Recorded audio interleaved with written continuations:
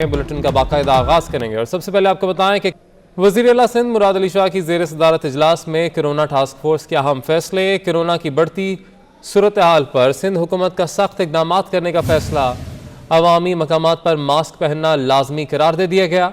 सरकारी मुलाजिम के मास्क ना पहनने पर एक दिन की तनख्वाह कटौती की तजवीज़। स्कूल खुले रहेंगे।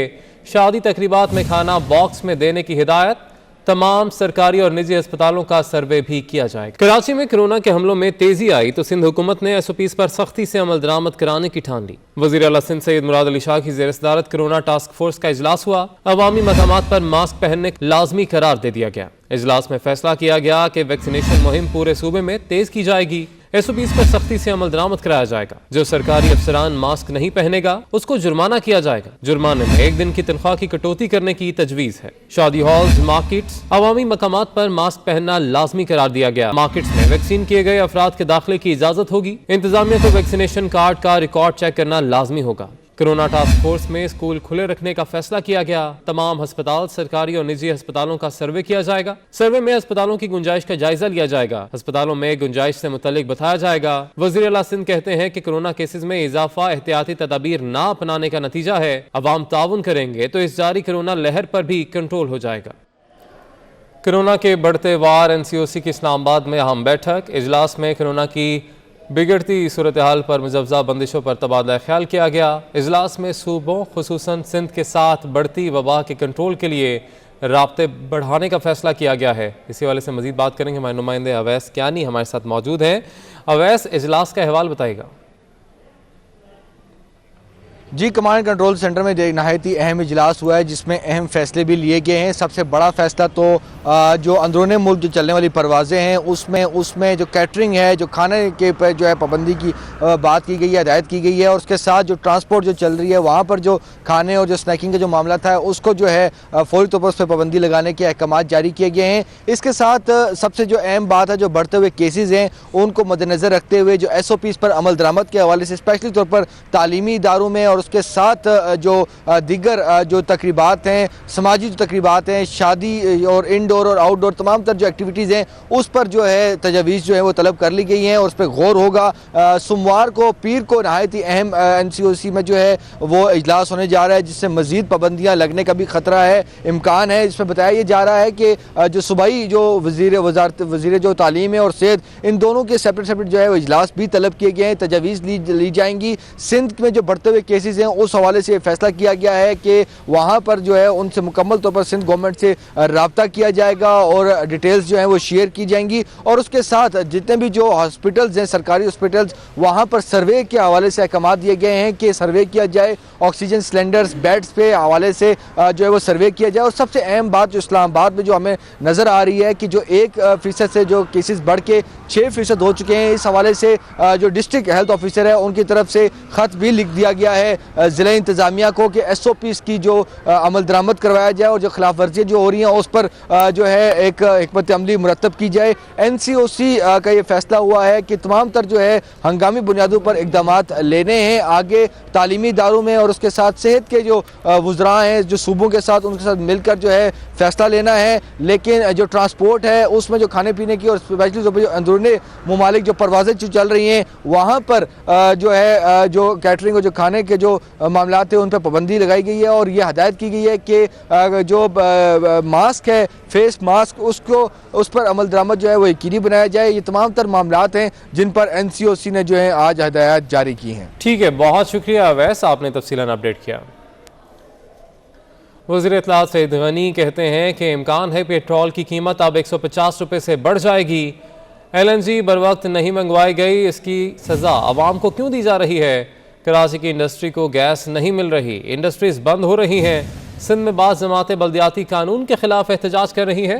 गैस की बंदिश के खिलाफ सिंध की कोई जमात एहतजाज नहीं कर रही। इंडस्ट्रीज को गैस नहीं मिल रही, कराची की इंडस्ट्रीज बंद हो रही हैं, इस शहर के लोग बेरोजगार हो रहे हैं, इस शहर में बेरोजगारी बढ़ती जा रही है। पेट्रोल की कीमतें, खबर यह है कि इस मरतबा जब ये इजाफा करेंगे तो इम्कान है कि 150 रुपये फी लीटर से ऊपर चली जाएंगी। अगर LNG बर वक्त नहीं आई और फ्यूल नहीं मंगाया गया जिससे सस्ती बिजली पैदा हो सकती थी और महंगा फर्नेस ऑयल इस्तेमाल किया गया तो उसकी सजा आप पाकिस्तान के करोड़ों लोगों को क्यों देना चाहते हैं? कराची के एडमिनिस्ट्रेटर मुर्तज़ा वहाब कहते हैं कि MQM पेट्रोल महंगा होने पर इस्तीफ़ा क्यों नहीं देती। गुर्बत बुलंद तरीन सतह पर है। PTI वाले गुर्बत के खिलाफ एहतजाज करते तो खुशी होती। पीपल्स पार्टी PTI और MQM के गढ़ में अवाम की खिदमत कर रही है। मुझे खुशी होती कि PTI के वो लीडरान जो बढ़ती हुई बेरोजगारी है, गुर्बत है, महंगाई है, अफलास है, उसके खिलाफ धरना देते। इनको धरना देना है तो इस मुल्क के अंदर और बहुत सारे बड़े बड़े इशूज हैं जिसकी मैंने निशानदेही की है कि गुर्बत, भूख, अफलास, इन्फ्लेशन, बेरोजगारी, रुपये की बदतर सिचुएशन, डॉलर की उड़ान, पेट्रोल, डीजल, मट्टी का तेल, बिजली, गैस की महंगाई, आटा, चीनी की महंगाई, अद्वियात की महंगाई, इसके ऊपर अगर एहतजाज करें तो मेरे ख्याल में मैं और आप भी उनके साथ खड़े होंगे। ये एहतजाज तभी करते हैं जब पाकिस्तान पीपल्स पार्टी आपकी खिदमत कर रही हो, आपके मसाइल को हल करने के लिए जद्दोजहद कर रही हो। पाकिस्तान पीपल्स पार्टी का साथ दीजिए। इसी तरीके से इंशाल्लाह आपकी खिदमत, इस शहर की खिदमत, सारे सूबे की खिदमत और सारे पाकिस्तान की खिदमत का सिलसिला पाकिस्तान पीपल्स पार्टी जारी और सारी रखेगी।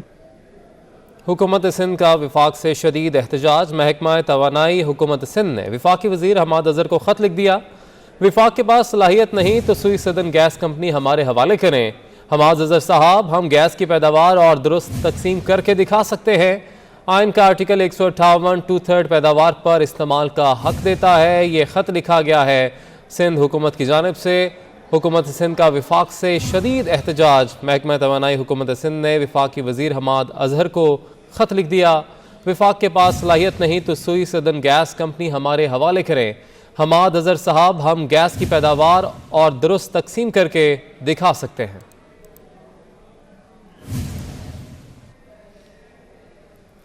जबकि विफाकी वज़ीर हमाद अज़हर कहते हैं कि सिंध जो गैस पैदा करता है उसमें आधी तो सिंध के पास रहती है।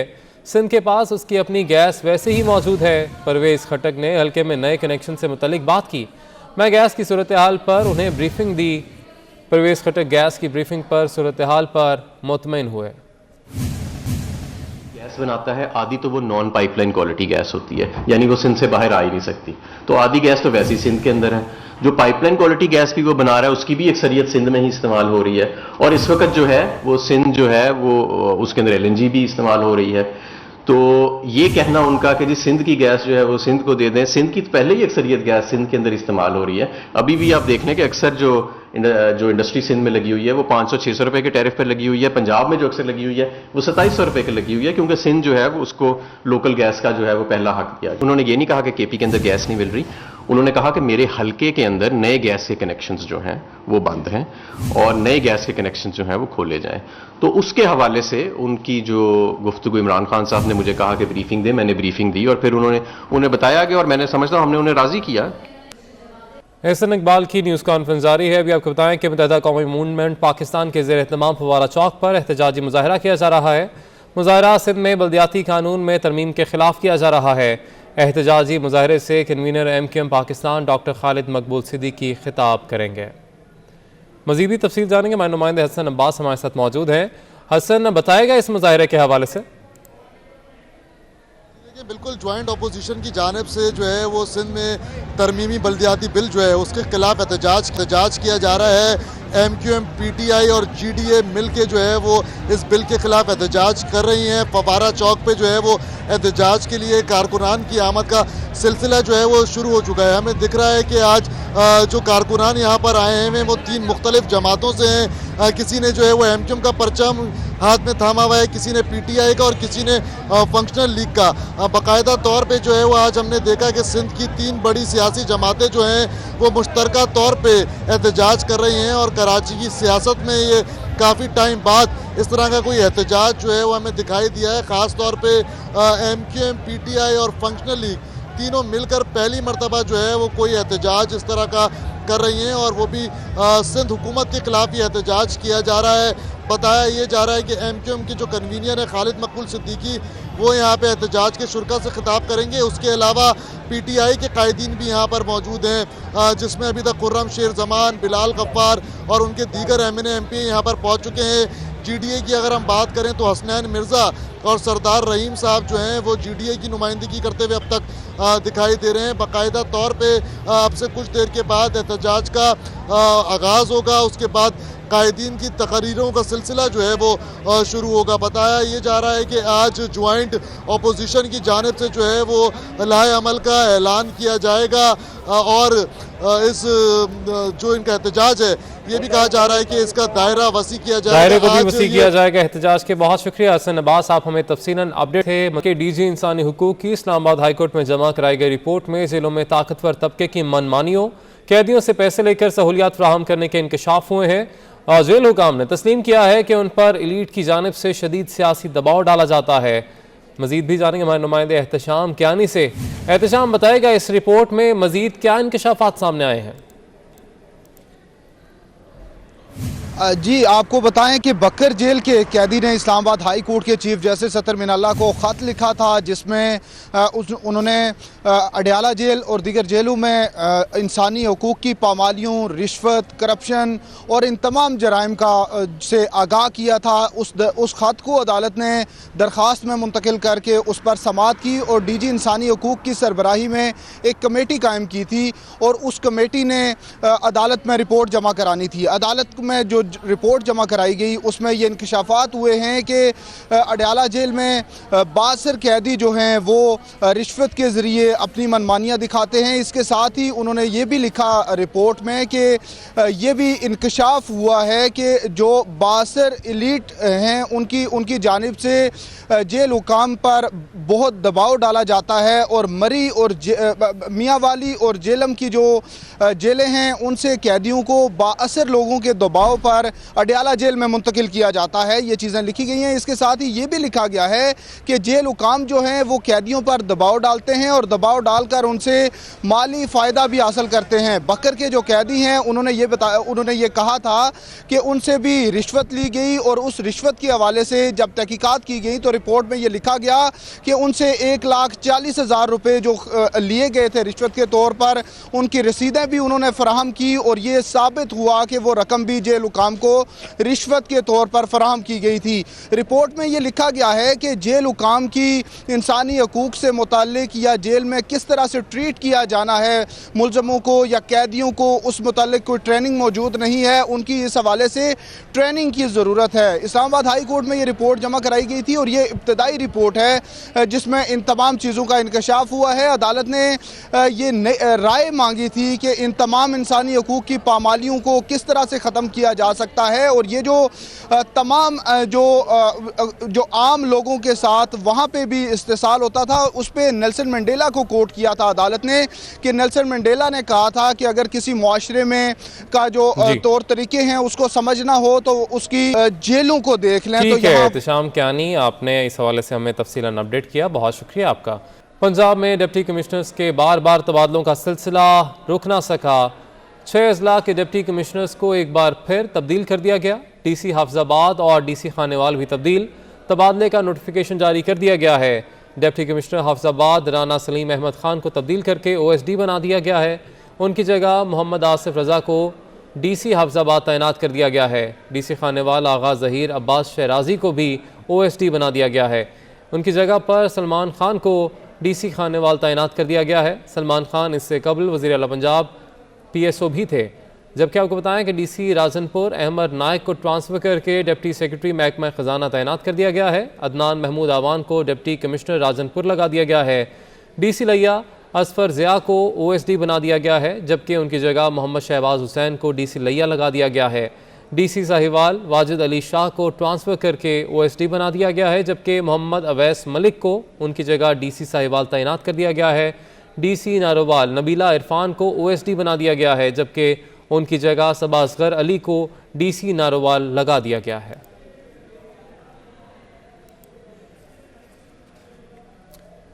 आपको बताएं कि लाहौर सर्विसेज अस्पताल में डॉक्टरों की मुबैना गफलत से मरीज की हलाकत का वाक़या। यंग डॉक्टर्स एसोसिएशन ने MS सर्विसेज अस्पताल के दफ्तर पर कब्जा कर लिया। YDA ने मरीज के लवाहिकीन के खिलाफ कार्रवाई का मुतालबा किया है। यंग डॉक्टर्स जिम्मेदार डॉक्टर्स के बजाय MS सर्विसेज अस्पताल से इस्तीफे का मुतालबा कर रहे हैं। मजीद जानने के हमारे नुमाइंदे जाहिद चौधरी से। जाहिद चौधरी बताएगा क्या मामला है? जी, सरसिंग अस्पताल में जुमे की सुबह एक जवान साला मरीज हामिद जो है वो सीने में दर्द के साथ उसको इमरजेंसी में लाया गया था, लेकिन मुबैना तौर पर उसके इलाज में गफलत बरती गई, उसको प्रॉपर्ली अटेंड नहीं किया गया, डॉक्टर ने उसका चेकअप नहीं किया, मरीज दम तोड़ गया, जिसके बाद उसका रिकॉर्ड टेम्पर किया गया और डॉक्टर्स ने उसकी दोबारा कंप्यूटराइज पर्ची 1 घंटे बाद बनवाई और उसकी बुनियाद पर जो है ये जाहिर किया कि मरीज जब अस्पताल पहुंचा तो वो उसकी मौत हो चुकी थी और उसको रिसीव डेड डिक्लेयर किया गया कि जब अस्पताल में डॉक्टर के पास वो पहुंचा है कुछ वक्त तक उसकी मौत हो चुकी थी। जबकि जो सीसीटीवी फुटेज है उसमें ये मंजर आम पर आ गया कि डॉक्टर जो है वो बिल्कुल क्या ये बयान गलत है। मरीज खुद चलकर अपने पाँव पर चलता हुआ आके जो है वो वहाँ पे बेंच में बैठा है इमरजेंसी के अंदर, लेकिन उसको इलाज नहीं मिला।